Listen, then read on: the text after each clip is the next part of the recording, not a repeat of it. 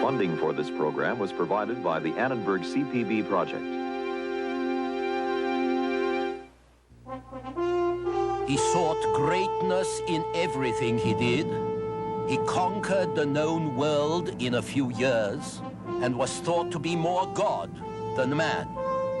And when he died, he left behind warring empires, a common basis of Greek culture, and a memory that has fascinated men ever since. Alexander the Great, this time on the Western tradition.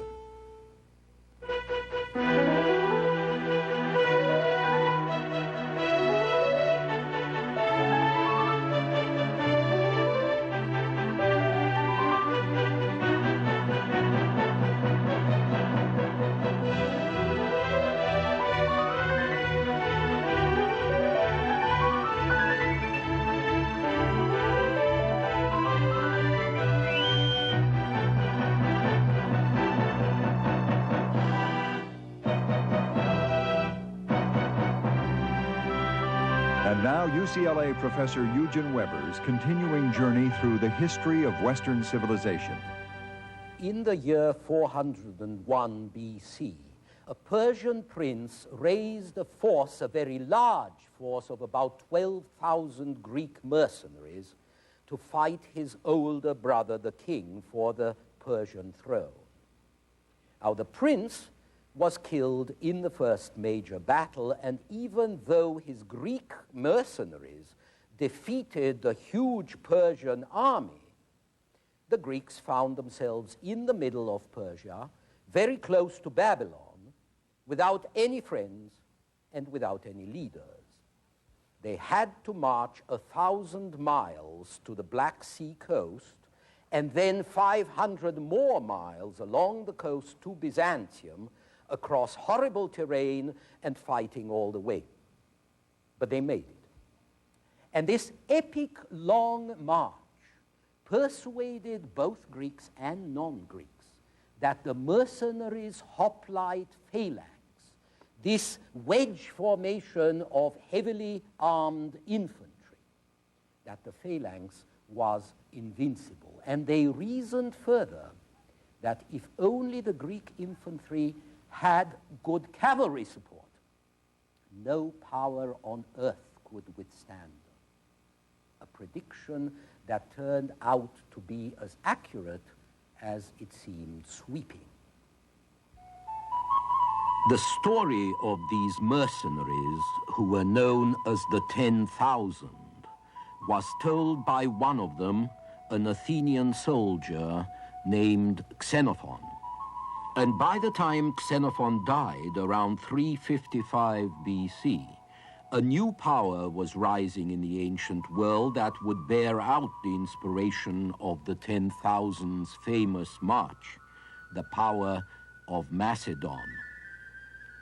The Macedonians were really Greeks, but the Greeks didn't consider them to be so any more than 16th century Scots were considered English. These are Macedonian ruins. Back in the 5th century before Christ, Macedonia was still a wild country with a feudal system of rural tribes and clans. A hereditary king had religious and military power over all this and over his people, at least in theory. This is what remains of the royal palace. Although the Macedonian royal house and nobles were attracted by Greek culture and quite Hellenized, the land remained a backwater until mid-4th century BC, when a Macedonian king named Philip tamed the local warlords. He did it by subjecting all free men to conscription and by making them serve in regular royal troops under his own officers. Philip copied the military methods of these Greek soldiers, but improved on them, combining the phalanx with light infantry, and more importantly, with a heavy cavalry that the 10,000 never had. The Macedonians could mount a formidable cavalry force because their country had great plains and broad estates where the nobles especially rode from their early youth.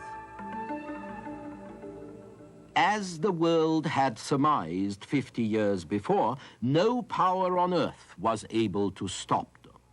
Philip set out with his army to dominate or conquer most of the Greek cities, and he succeeded brilliantly, not only because he had a superior fighting force, highly integrated, very loyal to him, but also because the Greek poleis were divided, even more divided than usual.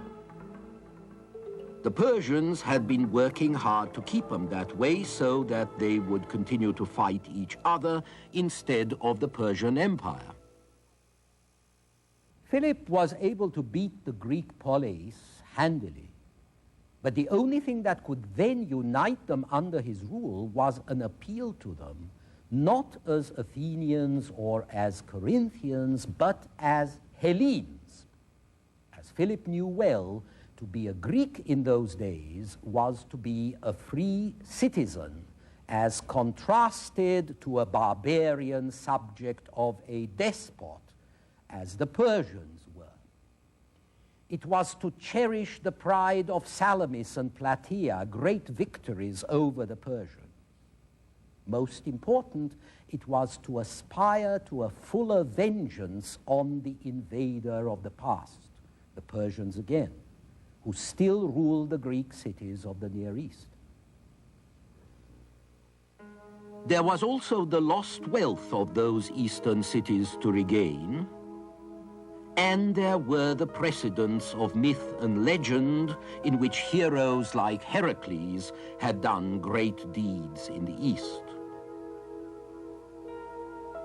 In fact, when Philip's son, Alexander the Great, crossed into Asia in 334 BC, he took a side trip to the site of ancient Troy to convince his public that a new Achilles, Alexander himself, was arming for the traditional feud between Greek and Asian. And so, from the beginning of the 4th century BC, we find the idea growing among the Greeks of a war of reprisal against the Persians, a war of conquest in Asia that would diffuse internal conflict by turning Greek violence and energy outward from the homeland. Such a war could also open new areas for commercial expansion and for colonization. As it were, the Greeks were checked in the West by the power of Carthage, and they were encountering local resistance to their colonies in Italy. In fact, the Greek colonial world hadn't grown since the 7th and the 6th centuries BC, but it needed to grow because constant warfare so hurt the economy and especially the agriculture that it couldn't support even a stagnant population. So Greece sent out some of its excess people, artisans like this blacksmith, the young and adventurers, artists and scholars, and engineers and traders, but it founded no new cities and it found no real solution to its problems of overpopulation except for war. All these arguments for a war against the Persians were invoked by the Macedonians, but they didn't always work because many Greeks liked the Macedonians even less than they liked the Persians, who were further away and not as familiar. Still, as long as Philip and his son Alexander proclaimed themselves champions of Hellenism, even if they couldn't talk some cities into supporting them, at least they could shame them into staying neutral. The Macedonians also worked hard to intimidate the Greek mercenaries who were in the habit of selling themselves to the highest bidder, which was dangerous because the great king of Persia could bid a lot higher than Philip and Alexander could. But the mercenaries quickly got the message when they were declared traitors to the national cause, to the Hellenic cause, and massacred or sent off to work in the mines as slaves, which was a lot worse than being killed. And so a national war to conquer the Persian Empire in Asia became the grand design. Although King Philip was assassinated in 336 BC before he could carry it out, his son Alexander proved equal to the task. Alexander, who was 20 when he succeeded his father, was a pupil of Aristotle. He had read Xenophon, and he knew what could be done and what could be won in Asia. So in 334 BC, he led the Greek and Macedonian forces across the Hellespont into Asia Minor. He then overthrew the Persian Empire. He conquered all the lands from Libya to Afghanistan. He created a Greco-Macedonian empire that would spread Greeks and Hellenism all over the East, and he did all this in only 11 years, after which he died of a fever in Babylon, aged 32 or 33. Alexander was truly one of the greatest generals of all time and a megalomaniac of genius. Time has softened his more brutal aspects, but it's worth remembering that the ruthless Macedonian general Cassander, who knew Alexander as a young man, could never pass his statue without shuddering. Because Alexander's conquest seemed impossible, everybody except those who knew him thought he was more than a hero. He was a god. Soon, Alexander decided that he should be treated as a god, which was also rather convenient because it fitted in with Oriental traditions where the divinity of a king was the basis of his authority. One of Alexander's bequests to history would be the memory of his megalomaniac ambition and the leader cult that grew up around him. It would later inspire ambitious and ruthless men who wanted to equal his achievements. Men like Julius Caesar and Napoleon. Another aspect of this extraordinary man was the way he appears to behave as a philosopher king of the kind that Plato described and that Aristotle may have trained him to be. Alexander made sure that philosophers and scientists would be part of his expeditions to observe and record everything they could, and he sought greatness in everything he did. When he burnt down the Persian royal palace at Persepolis in retaliation for the Persians' burning of Athens a century and a half before, he followed it up with a mass marriage between Persian maidens and Greek nobles, a symbol of the fusion he hoped to accomplish of Greeks and other peoples in order to create one great everlasting empire. But reality couldn't be bent to obey Alexander's dream. The worlds his conquests brought together were too different, and when he died, they split apart. These new empires and the culture they represented were neither Greek nor Asian, but rather a bit of both, which is why they are described not as Hellenic, not purely Greek, but as Hellenistic. The subsequent period, called the Hellenistic Age, spanned the three eventful centuries between the death of Alexander in 323 BC and the death in 30 before Christ of Cleopatra, who was descended from one of Alexander's generals. It was an age that looks remarkably like our own time. We find the same reversion from representative institutions to authoritarian regimes, the same sense of psychological and aesthetic fragmentation, the same anti-rationalist trends, the same self-absorbed interest in the self, the same obsessive pursuit of affluence, exotic cults, peculiar fads, astrology, magic, eroticism, the same preoccupation with bigness, the same detachment from the hometown, with a concomitant but not very comforting feeling that the whole cosmos is your polis, the same social conflicts and class wars and colonialism and wars of national liberation designed to expel foreign oppressors and to allow the locals to oppress each other. The same bureaucracy more interested in making and keeping rules rather than in making things more productive or more efficient. The same retreat from political involvement. The same cringing sense of depersonalization in the big city. In Megalopolis, a place of which name actually exists in Greece, in Arcadia.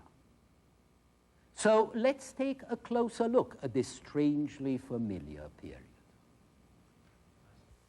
The states that Alexander's generals founded in the Hellenistic age, like that of Ptolemy in Egypt or Seleucus in Babylon, these states were traditional monarchies, highly regulated and bureaucratic, but the cities and the royal courts and the armies and the higher officials were mostly Greek with cosmopolitan Greek values. Although the Greeks and Macedonians intermarried with the local people, and a lot of the locals were Hellenized, none of this integration went very deep.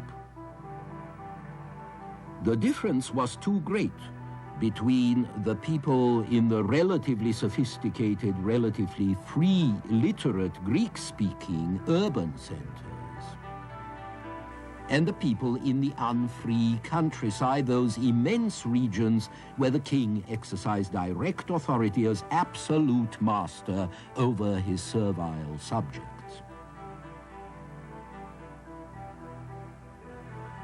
Greeks were reluctant to accept the authority of monarchs who demanded adoration in the Oriental fashion, and they didn't believe in their divinity or infallibility either. Instead, the Greeks continued to maintain that law and institutions were products of reason, not of some divine revelation. So there was no true cultural synthesis in the Hellenistic age. As you can see from this Roman fresco of Syria on the right contemplating Macedonia, the two cultures remained mostly suspicious and contemptuous of one another, even though they lived side by side.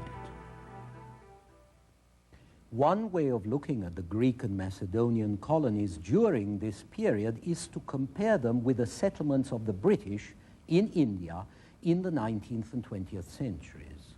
In both cases, an expatriate ruling class in an ocean of foreigners keeps the flag flying in their clubs and cantonments with their peculiar social rituals, which are designed to mark not synthesis, but distinction and superiority. This kind of separatism could provide no basis for real integration, nor was any kind of integration desired. But it did offer impressive models for the surrounding populations. Just as British laws and administrative practices and the English language and even cricket have been taken over and adapted in India and throughout the rest of the empire, which the British hold no more. Unintegrated as these Greek and Macedonian cities were in the Hellenistic age, they were going to be vehicles of Hellenization, spreading Greek culture, institutions, ideas, styles, and language as far away from Greece as Afghanistan and India. Let me give you an example. These are the ruins of a Greek city on the northern border of Afghanistan at Ai-Khanum.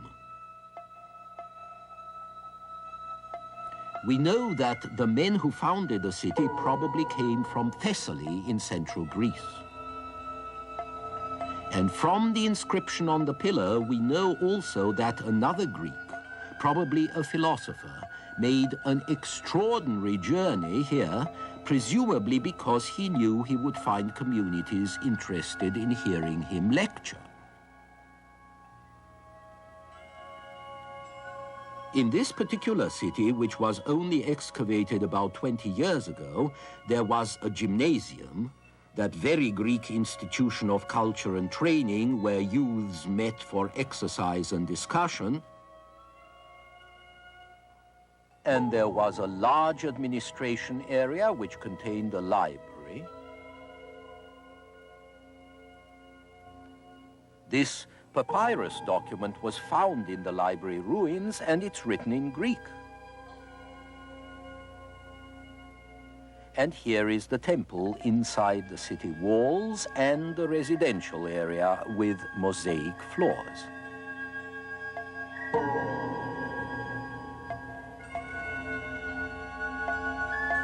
And all sorts of things that typify a Greek city. And these Greek institutions and Greek traditions continued strong here at the end of the world until the city was destroyed by nomads from the steppes in the late 2nd century. So this is how the Greeks exported their urban culture throughout the Hellenistic world, a world which grew to be larger and more closely linked than anything before it. When Alexander's wars of conquest were over, he had quadrupled the size of the Greeks' known world, and that gave a great impetus to travel and trade. Most of the overland trade went by caravan over tracks beaten hard by the hooves of pack animals. But the Persian kings had also built an impressive post road which ran 1,500 miles from Sardis on the coast to their capital at Susa. It was lined with stables, with hostelries, with forts. During the Hellenistic age, roads and tracks were used mostly by soldiers and officials, but they also improved the movement of goods when these couldn't be shipped by water, which was, of course, much easier. And this trade was going to grow tremendously because the wealth of rulers and of cities increasingly depended on exchange with other regions. In fact, Hellenistic rulers were really merchant princes. There were trade expeditions to Africa and Arabia and India for elephants and incense and spices and slaves. The size of merchant ships kept growing as well. Syracuse in Sicily even launched a ship with a capacity of 4,500 tons. And the circulation of money grew too. This is a silver coin from Phoenicia, and here is one from Syracuse. At the same time, a Greek dialect called the Koine was providing a common language from Gibraltar to the Caspian Sea, which greatly facilitated trade and the spread of Hellenistic culture as well. A Greek intellectual like this physician could feel equally at home in Alexandria, which was in Egypt, or in Syracuse in Sicily. Actors had international associations with chapters in every important city, like the Guild of Dionysiac Artists. And athletes joined such groups as the International Boxing Association. And if you wanted to worship goddesses like Isis here, you could find their temples wherever you went. And so, in the 200 years before the birth of Christ, ideas, fashions, and goods were spreading remarkably fast. Ironically, it was the decay of the classical Greek polis, so admired for centuries. It was its decay that gave birth to this new era. It brought about an openness to the outside world and the beginning of a certain cosmopolitan, even human solidarity. And this decay of the polis, which also undermined the classical disciplines with their order, with a certain rigor, or at least a certain impersonality, this decay of civic bonds and disciplines permitted, encouraged, a new spirit of eclecticism that is highly characteristic of the Hellenistic age. We shall see how this changed the way in which people looked at their world then, and the way in which we look at our world now in our next program. So please join us then.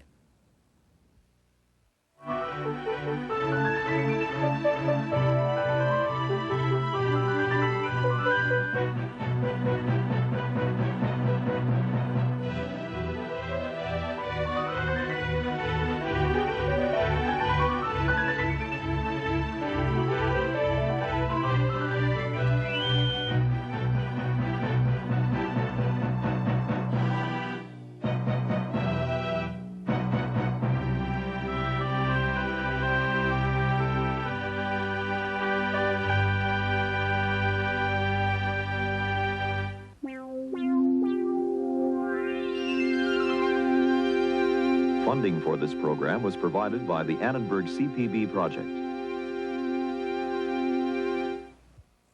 For information about the Western Tradition television course, transcripts, pre-recorded videocassettes, off-air taping, or related books based on the television series, viewers should call the Annenberg CPB Projects 1-800-LEARNER telephone number, or write to the Annenberg CPB Project, 1111 16th Street Northwest, Washington, D.C. 20036.